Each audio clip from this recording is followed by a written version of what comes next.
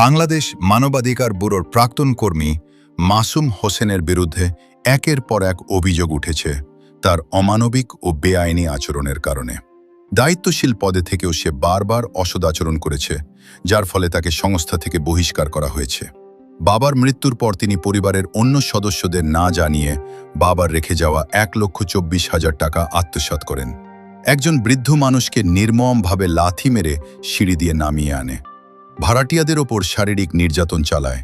একজন গর্ভবতী মহিলাকেও সে পেটে লাথি মেরে আহত করে।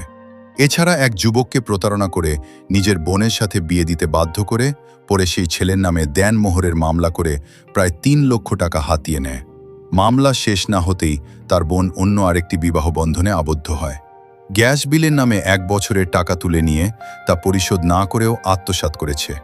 বাবার মৃত্যুর পর পরিবারের 5 জন ওয়ারিশ থাকা সত্ত্বেও সে একাই গ্যাসের চুলা নিজের দখলে রাখতে চায় এবং বাকিদের উপর মামলা ও হামলার হুমকি দেয়।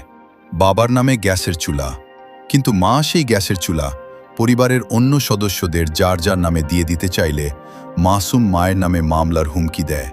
একটি ভাড়াটিয়া ছেলেকে মারধর করে তার পুরো শরীরটা ক্ষতবিক্ষত করে। আমরা আইন শৃঙ্খলা বাহিনী ও উচ্চ পর্যায়ের কর্তৃপক্ষের কাছে জোর দাবি জানাই, মাসুম হোসেনের বিরুদ্ধে কঠোর আইনগত ব্যবস্থা গ্রহণ করা হোক এবং তার সকল অপরাধের ন্যায্য বিচার নিশ্চিত করা হোক।